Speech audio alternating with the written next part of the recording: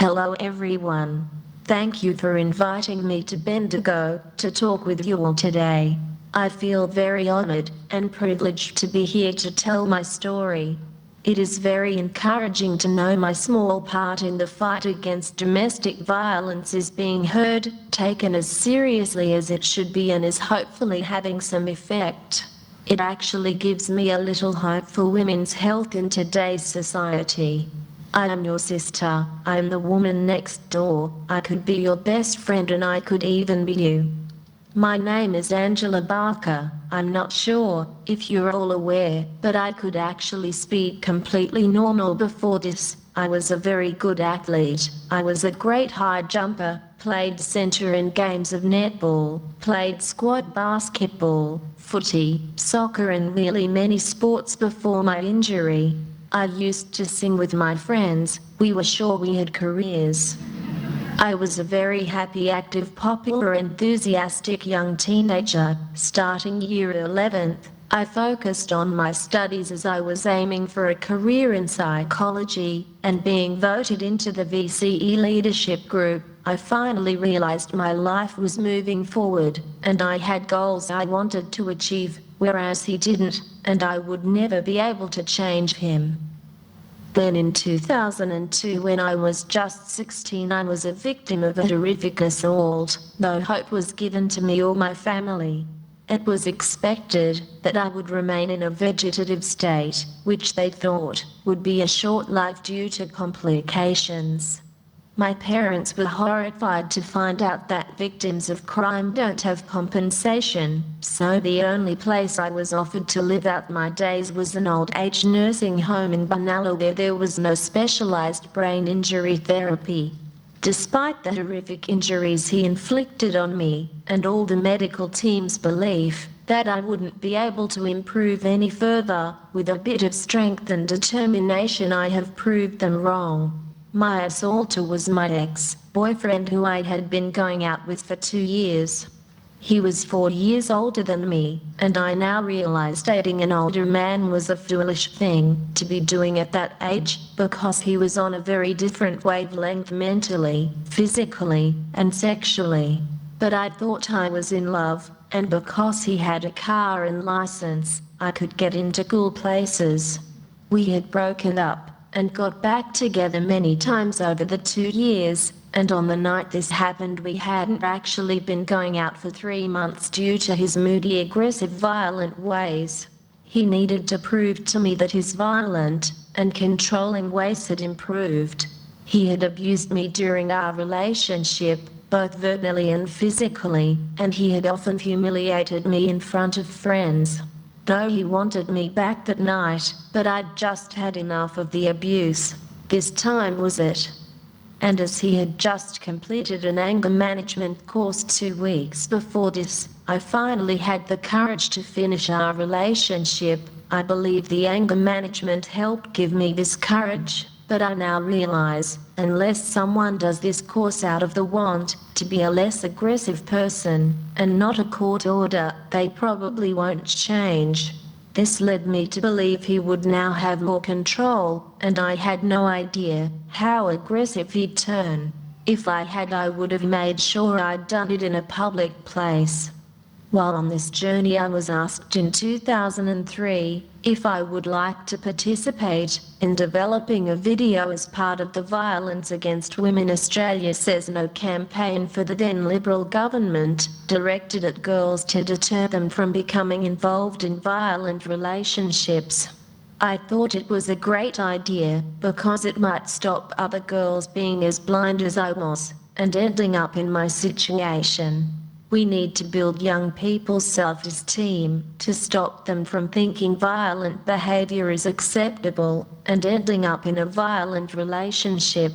This DVD, Loves Me Not, the Angela Barker story, was sent to every secondary school in Australia.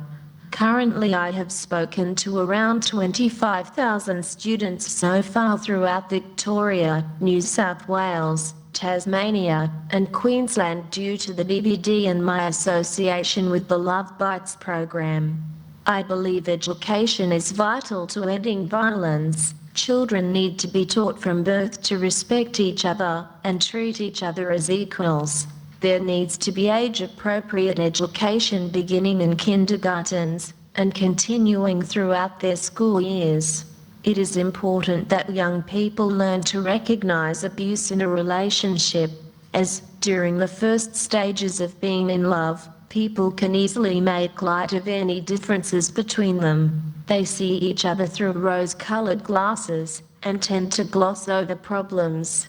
This is what I did. I thought, as he was a nice guy most of the time, that the few problems we were having at the start were fixable. I could change him and help him by just continuing to be there for him.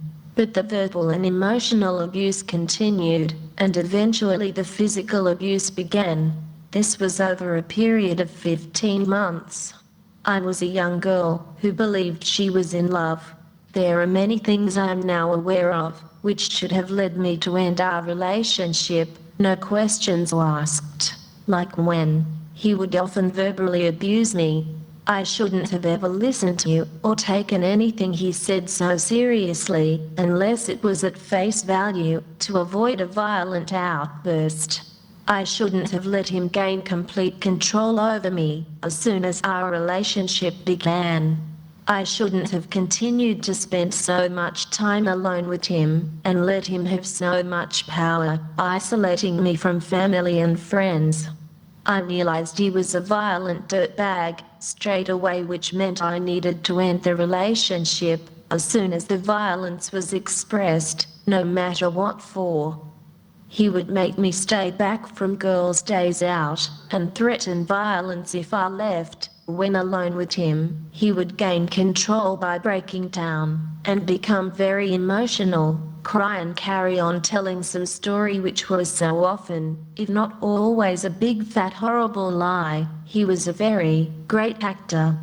He would tell me I was lucky to have him, and I wouldn't and couldn't get anyone else, that I wasn't pretty, and as my previous boyfriend had cheated on me. I think this helped me believe what he was saying was the truth.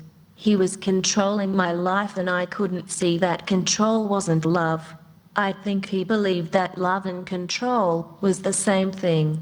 If I had my time again, I would have listened to everyone, parents, teachers, friends, counselors, police, and what they were telling me. So I should have turned my ears on and heard how foolishly hormonal they believed I was being, continuing to return to such a violent, negative, and abusive relationship. Sometimes we feel, or they make us feel, it's our fault, as we might have pushed their buttons, but they have the choice to walk away and take some thinking time. If they choose violence, this is their fault. No one else can take ownership of this. Now my only thought is that I wish the judge who sentenced him could have seen, or have even imagined, the great difficulty and immense pain I now must go through as a result of the injuries he inflicted on me, to accomplish simple tasks in everyday life. I've been forced to suffer with injuries, recovery physio and speech therapy, and asked, don't you think he deserves to suffer as I have had to? Realize he delivered me a life sentence. Do you really think his weak jail sentence delivers him the realization he should have dealt with his problem another way? Zero tolerance and tougher sentencing is needed to show perpetrators that violence is not right and will not be tolerated in any form, and this will show victims that their life, pain, and suffering actually matters and counts for something, and society cares. Doesn't matter if you're a male or female, violence should never be the answer or way to solve a problem. Education and communication is society's key. Remember that in life, and we all will be better for it. I have often been asked why I kept going back to him. As I said before, I thought I was in love, and I believed I could change him. Then it was fear for myself and those around me, and the belief I wouldn't get anyone else. I think many women stay in violent and controlling relationships because of fear. After I was assaulted on New Year's Eve, a junior constable told me I should lay charges for my own self-worth. as I deserved to be treated better than that. He made it all about me, and didn't mention his name. But the next day a more senior officer came to take my statement, and made it all about Dale, and locking him up. As much as I wanted the violence to end, I didn't want to be the one to put him in jail. Again, whether it was through love, or fear of what would happen when he got out. So it is great now that the police can charge on what evidence they see before them, as this takes the emotional mind games out of the equation. These new laws would have helped me. Hopefully they will help others. I do not have wealth and power. I am not a CEO or executive. I simply have the knowledge of my own personal experience. I do what I do because I don't want to see other people go through the heartache and trauma I've been through. That's what motivates my work. I only hope to continue bringing light and opportunity to young people and victims, to show them that life is not always fair, but it can take you anywhere if you work hard enough. My greatest passion is making sure other young people, particularly young girls, don't end up in the same circumstances I did. I try to encourage them to believe in themselves and know that they are important individuals and deserve to be treated with respect as equals, and no one has the right to put them down or hurt them. I offer them hope that no matter what life throws at you, you can rise above to achieve your goals and dreams. Education and hope are gifts I love to give when I share my story. Thank you for listening. I invite you now to watch my DVD.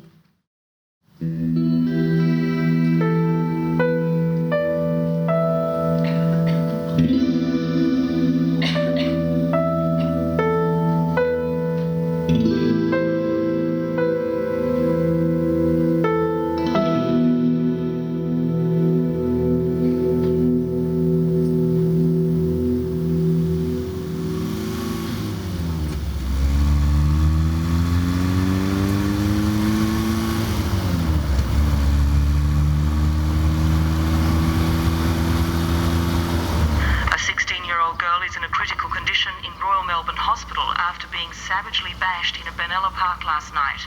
The girl was nearly unconscious when found by passers-by around 9:30 p.m. Police said her assailant had brutally kicked and beaten her to the head and chest and had stamped on her face. They said her head was also slammed into a metal park bench.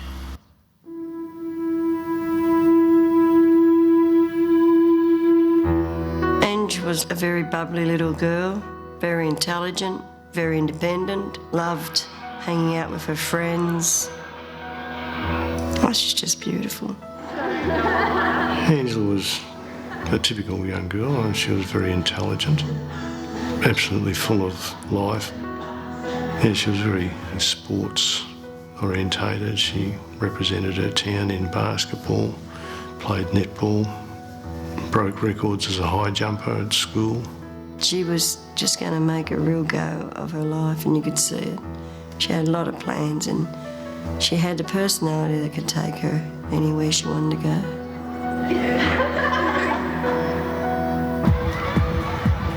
There was an 18th going on. It was actually Dale's 18th birthday, and I think she ended up hooking up with him that night, and yeah, just their relationship continued from there. He'd had a bit of a bad boy reputation, but I knew his family and knew that they were a really nice family, and thought, well, he can't be all bad. I stopped short of forbidding it because I knew that would just push her probably closer to him. They were always around each other and always kissing, and he always used to draw her wicked pictures. Her and Dale would sit out and watch the stars at night and talk about the stars and the galaxy. Utterly infatuated with each other, like almost absurdly so. It wasn't the right love, do you know? It was more of an addiction to addiction, and like a more of a need for each other, not obsession. It was an obsession. We noticed that he was coming between her and her friends. everything just had to revolve around him. Like, yeah, she always was doing stuff with him, and always had to invite him. yeah, he was always included in all our things we did, and yeah. Even if it was a group of just us girls together, we're hanging out together, there would always be one boy there, and that would be him. Their parents from both sides did their best sort of to try and keep them. I didn't think it was a good idea that they saw each other, but they did their best to work around it. He was pushing that point with Angela all the time, that we really didn't like him, and that's why we wouldn't let him stay, and that's why we didn't want him around and all that. So, and he was working on that very hard. He was really pushing her closer to him by doing that.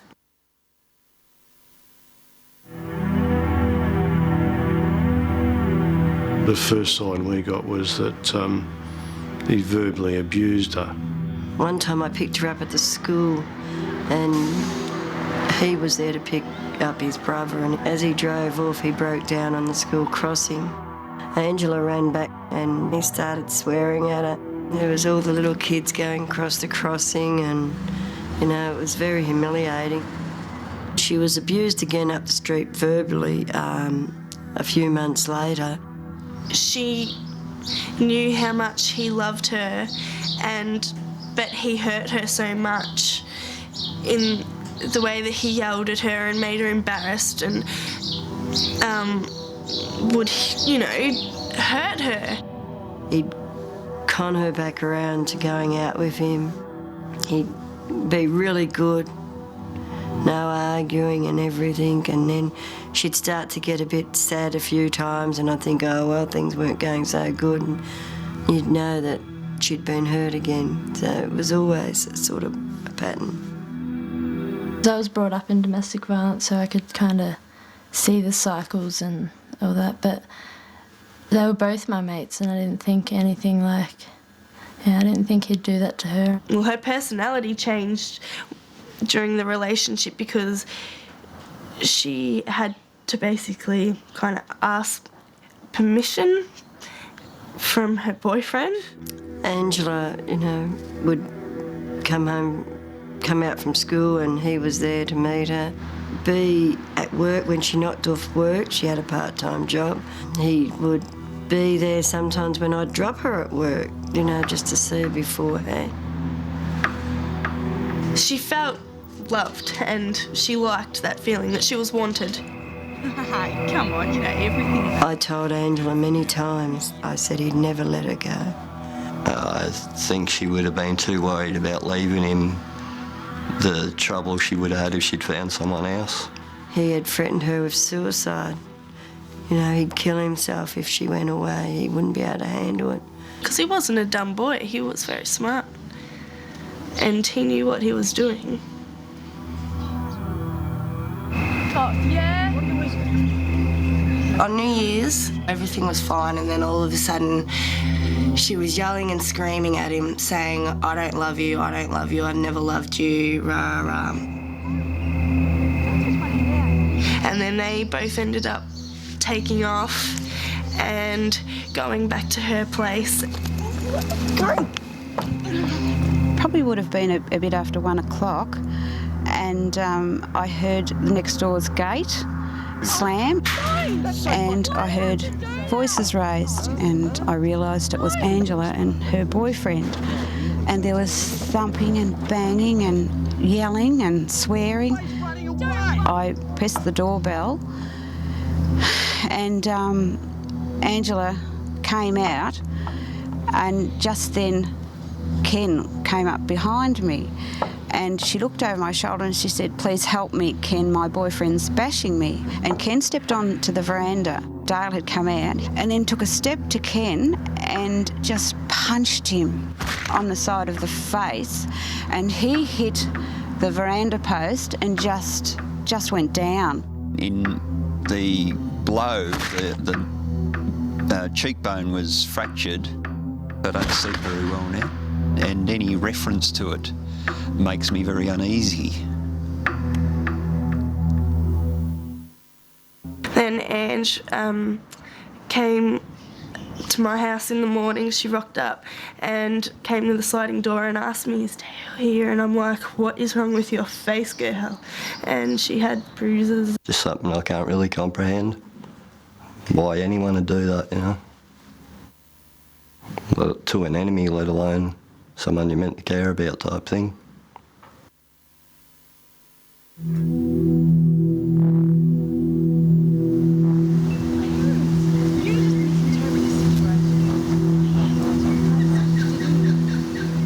I was actually supposed to meet up with Ange that night, and I didn't, and I didn't even end up ringing her because I just didn't want, I knew that it was only going to be her and Dale, so I didn't go and hang out with them. I wish I had of now, but can't do anything about that. Always playing games. He was asking her to get back together with him, and she said no.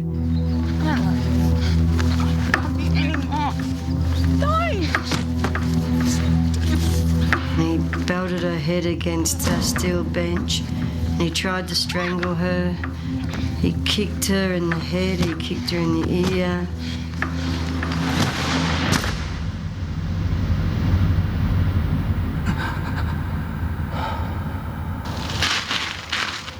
Young kid comes roaring into work, breathless and yelling, "Triple O, you know, someone call for help."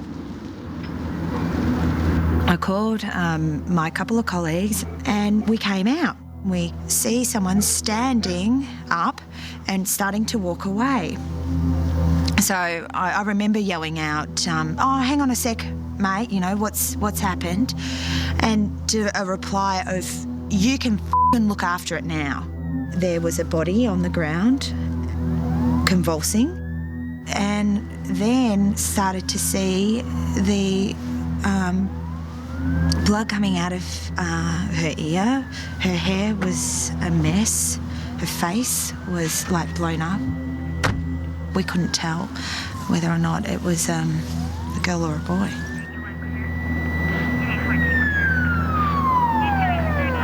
We thought she was going to die.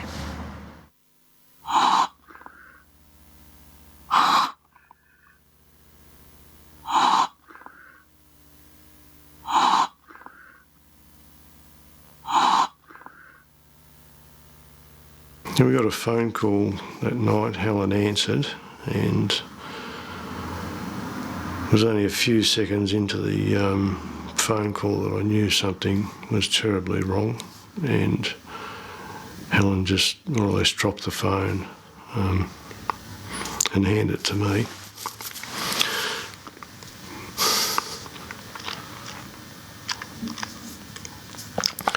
I didn't really want to find out, but the police woman said that there'd been an incident with him, and that Angela was been taken to hospital. And then Ian and myself and our son Glenn went to Wangaratta to see what possibly could have happened to Angela. We had to wait in the waiting room for a while, and why they tried to revive her and keep her alive and stabilise her so they could helicopter her out to Melbourne. Her head was huge. It was just swollen so much. Her neck and shoulders, it looked like she'd been in a major car accident. She was just bruised and bloodied. She had a fractured skull. We were told in ICU that the back of her skull was like jelly, and I found out later that he'd repeatedly bashed her head on a steel bench, and then while she was unconscious jumped on her face and snapped her jaw with such force that the nurse had never seen it done before. So she was lying with her face on the ground and snapped her jaw across here. We saw that there was a circle on her face that was from his shoe where he'd stomped on her face.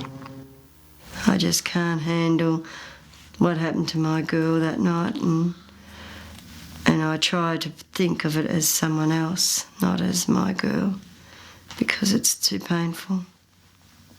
It was so heart-wrenching to see her like this and to think that he said he loved her and he'd do this to her. It was... couldn't fathom it at all.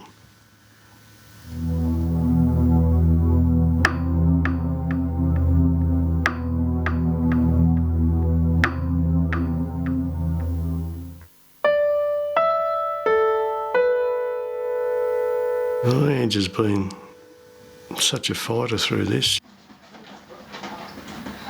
Initially, she was unconscious with absolutely no response for 3 weeks. For about 5 months, her eyes were open, but there was no one there.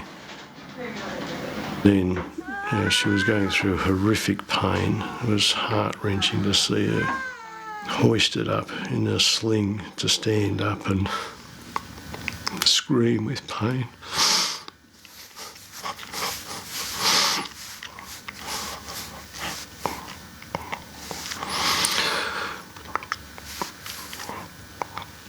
And then to be so elated by her little responses, to see that she was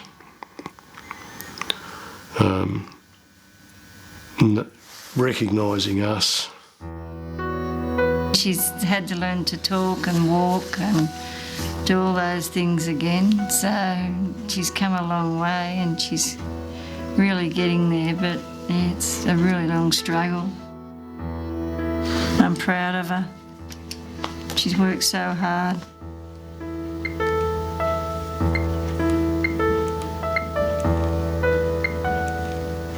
From dead to walking and talking.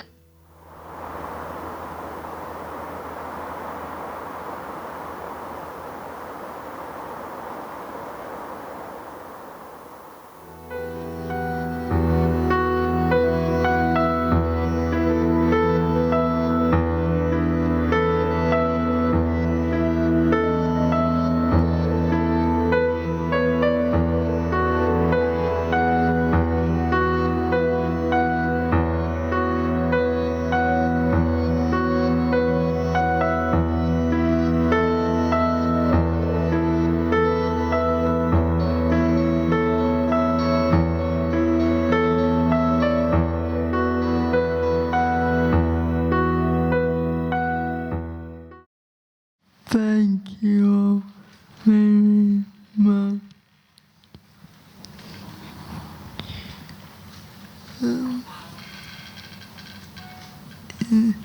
I am more than happy to answer any questions if we've got time.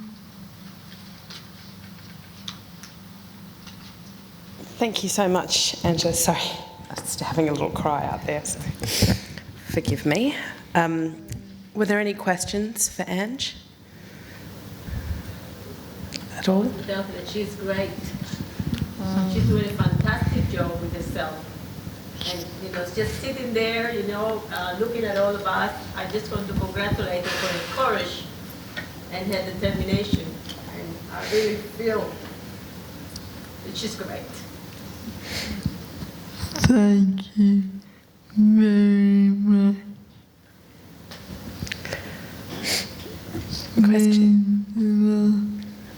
Hi, my name's Bronwyn. I'm fascinated by the sheer, I'm just amazed at the sheer number of young people that you've reached through your travels. And you've asked us about what sorts of questions we might have, and there's a room full of people here who, have professional roles and things in this area. But I'm just wondering what it is that the kids at school ask you, if they have the courage to come forward and ask you questions. What do they ask? Well, the first one, very, very generally on the top of the hat, is how many years did he get? Thank you. And the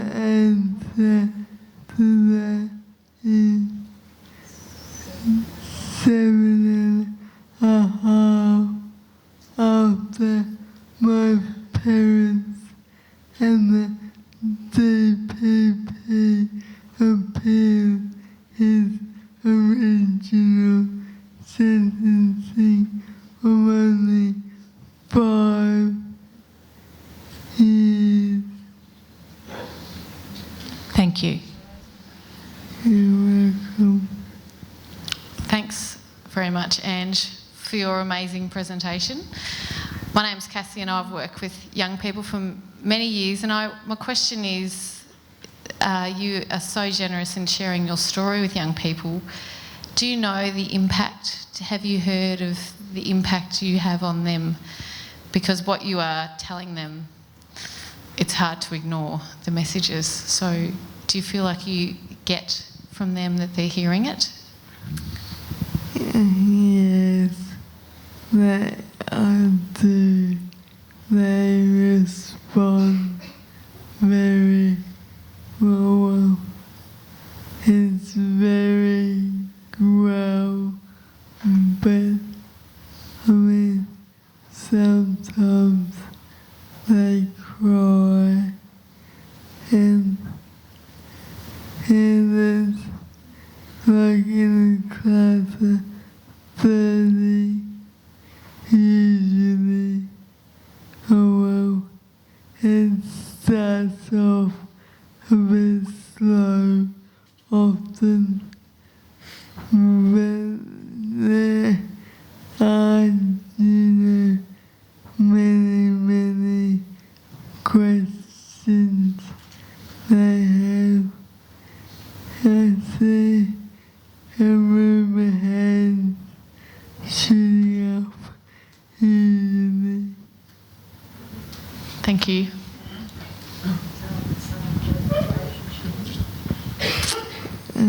And some leave their relationships after hearing me speak. Yeah, I'd just like to add a bit more to that. There was this in Liverpool. There was 10 schools in that have done a program involving the DVD, and they did a survey. One of the sister school that we originally spoke at, and they found that the students, or there was less violence throughout the whole school. The students were concentrating much better than they had been, and their grades had gone up considerably. Is the video available, the DVD with me? It is. It's free from the government. If you've got a pen.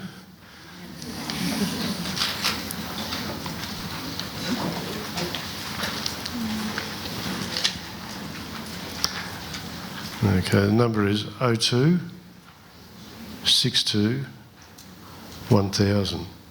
No, 6219. No, sorry, I'll start again.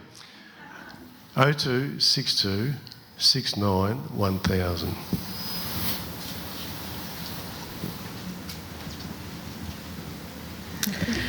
He's a grandpa.